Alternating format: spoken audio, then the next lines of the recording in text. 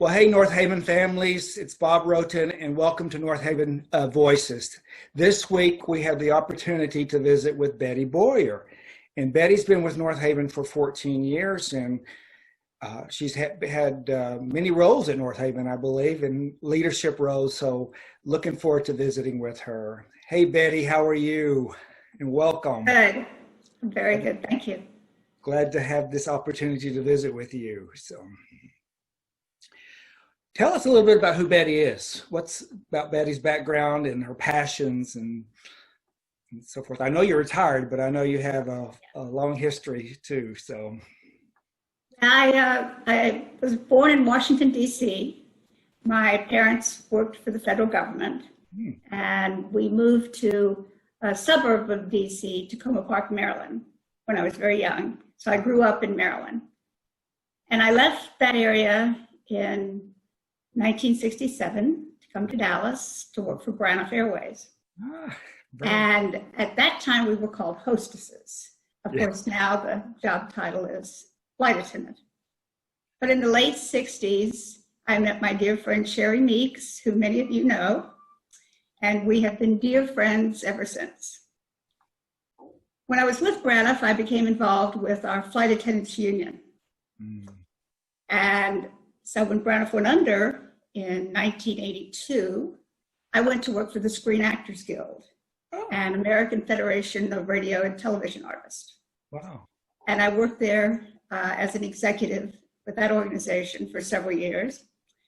And after that, a good friend of mine who's an actor and I formed a small company that was involved in the advertising industry. And I was on the board of directors for that company until they closed in 2019. But in the meantime, back in late 1980s, I went to work for the International Ladies Garment Workers Union as a union organizer. Oh my goodness. Worked there a number of years. And after that, in the late 1990s, I went back to work for Association of Flight Attendants, again as a union organizer. The last job I had was with Texas Workforce Commission. And there I was a field representative. And I helped people get their unemployment benefits, understand their benefits, figure out how to appeal if they lost their benefits. And that's where I retired in 2014. Wow. Wow, what a history. Yeah, I know it sounds like I can't hold a job, doesn't it, Bob? No, it sounds so exciting to me. What would you say your favorite? First of all, Braniff was the first airline that I ever flew on. So, oh, really? When I graduated high school, I had a trip to Washington, D.C., and it was on Braniff Airlines. So it was the first time I flew, and it was Braniff Airlines. So oh, my gosh. I loved it. You know, based here at Love Field, of course. Sure. So what, of all of those jobs that you had, what do you think was the most exciting and rewarding for you? The most exciting was probably being a flight attendant. But truly the most rewarding was the last job with Texas Workforce Commission, because I had an opportunity to meet with people who had just been laid off or their company had just closed. And I had an opportunity to give them a little bit of a safety net so that they understood how to collect unemployment, how to stay legal within the system. So I really enjoyed that work. That was probably, I would say, the best job of all.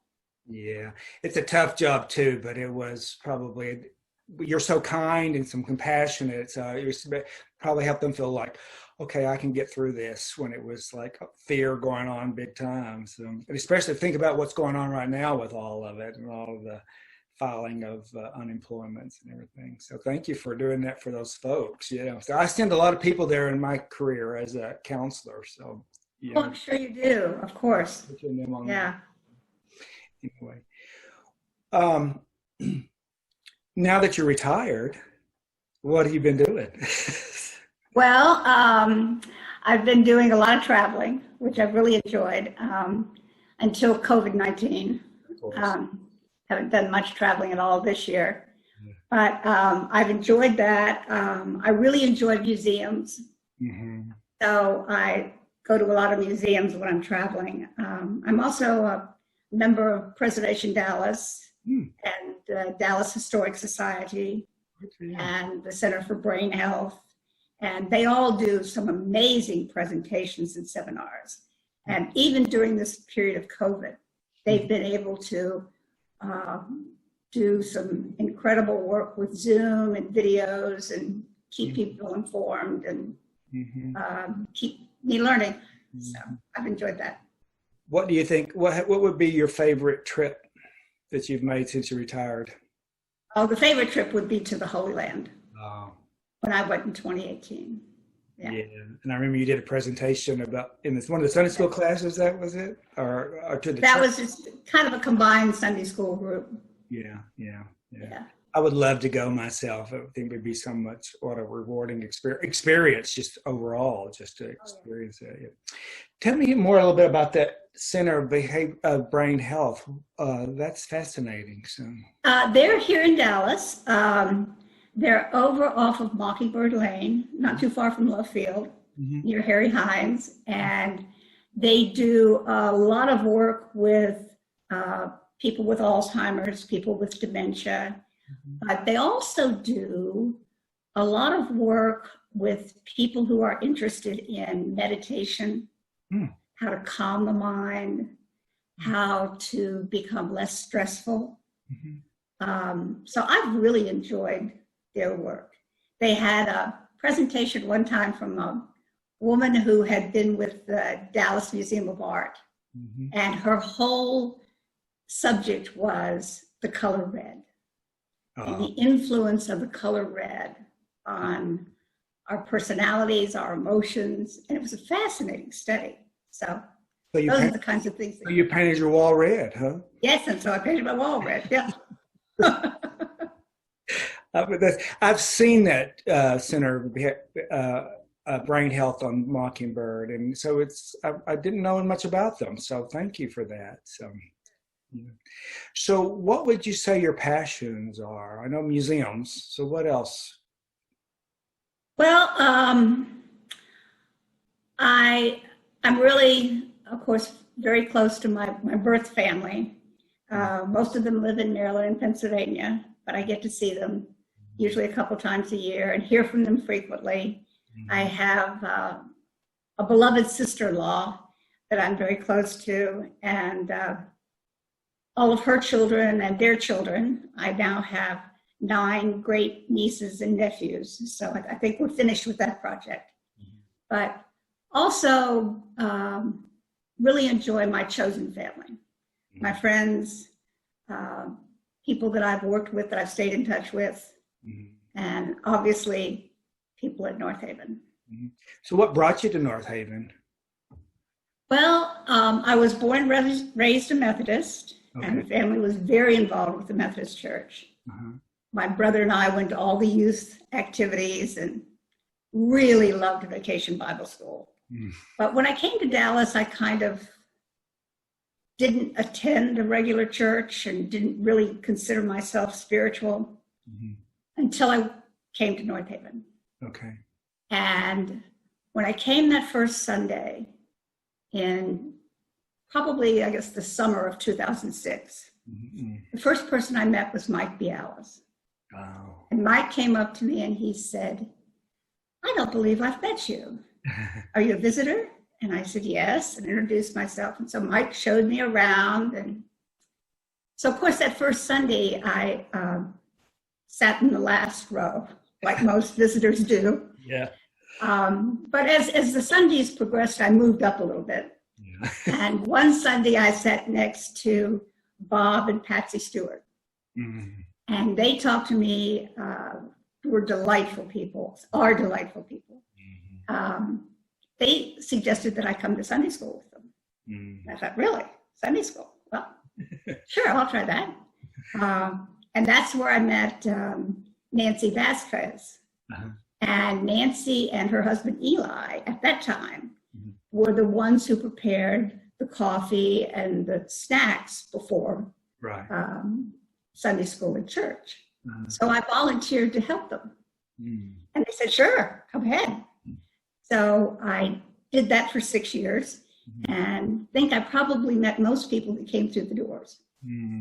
So that was a great way to meet people, and I really enjoyed that. And I've enjoyed all of the volunteer work that I've done in Northaven. It's been great.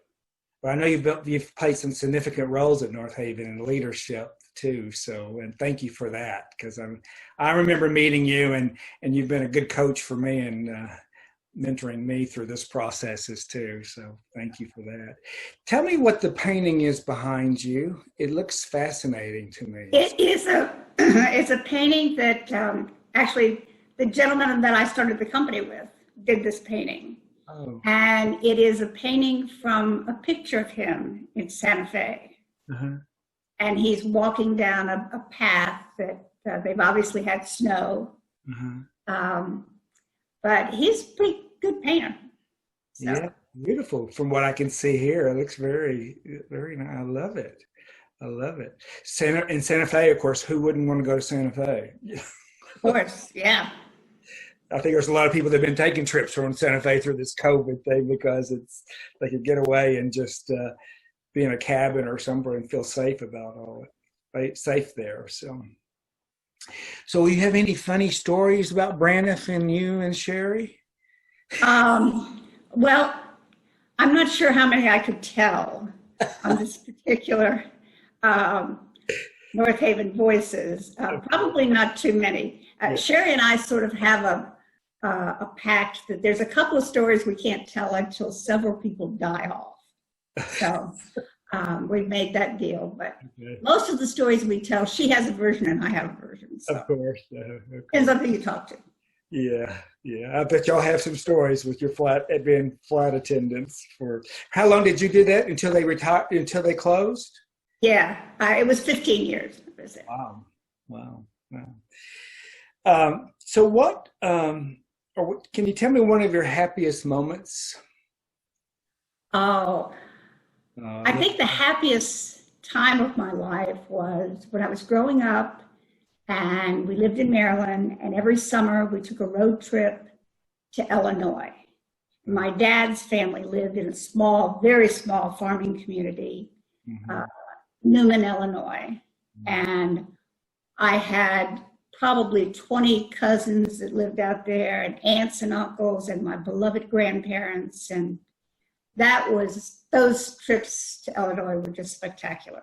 My brother and I just loved them. And I'm sure we just harassed my parents unmercifully all the way out and all the way back, but we really loved them. And of course we got to stay in a hotel with a swimming pool. Of course. Yeah. That was a big darn deal. So. The whole time. Yes, indeed. Indeed. Great memories. When I asked you that, your face just lit up. It was beautiful. It was beautiful. You love your brother, I can tell you that, Letcher. So he was just very, very special family. So yeah, it's a great thing. So any other passions besides your museum and besides your children and your family and your travel? So you have all that. Yeah, that's about it. That's it. Where would you, once COVID is over, where's your planned trip? What's your plan? My first trip is probably out to Palm Springs, California, to see my uncle. Okay. Who lives out there. I try to get out there once a year to see. My aunt and uncle lived out there. She passed away in April. Oh. So I really want to get out and see my uncle. Past April? This April 20? Oh. So you couldn't be there with them, huh? So I'm sorry. That's tough. There's a lot that people haven't experienced with that to this time. It's really tough. So how has your life been different than what you imagined? Oh, I think it's been very different.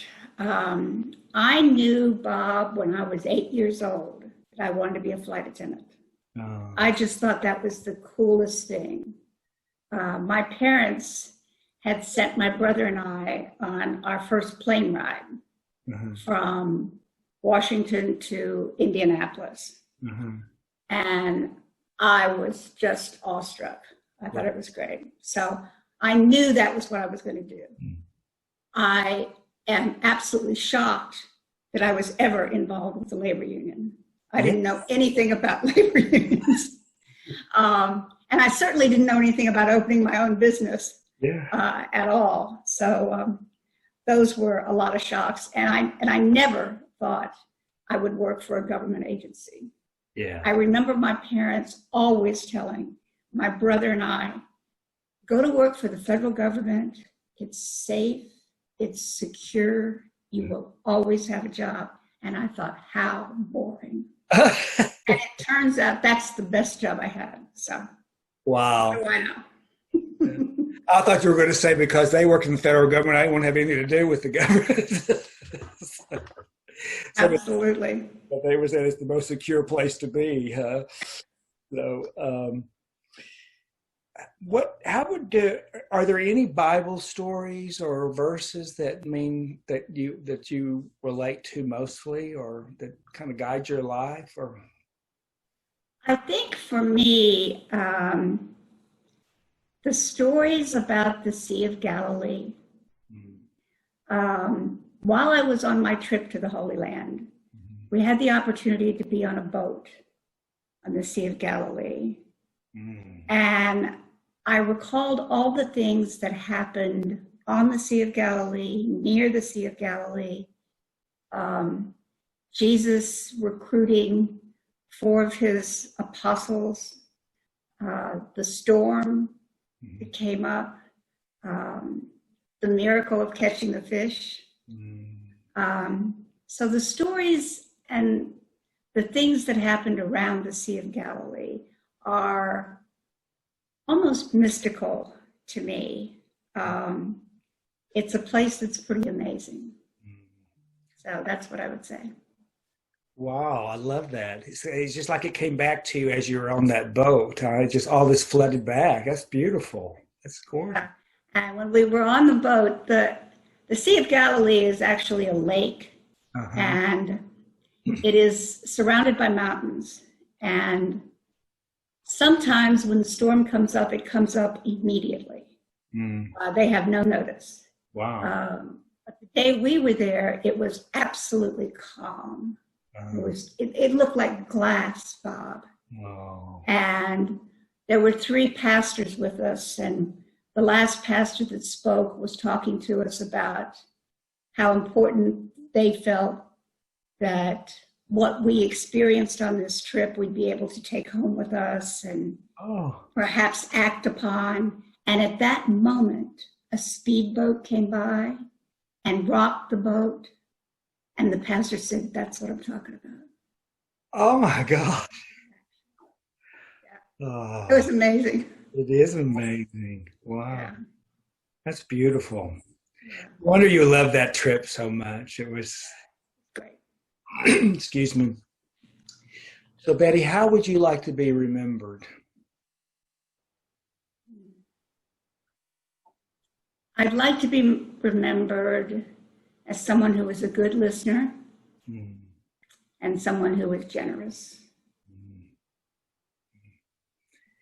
And I think you've succeeded there. So you are a great listener. And you're very generous with your time and service. So it's been a pleasure visiting with you, and thank you for this time. And I just say thank you. And for these stories, it just was beautiful. I want to go to the Holy Land now. Oh, please do. Thank you, Bob. I appreciate all that you do for Northaven. You're welcome. You take good care, and we'll talk to you soon.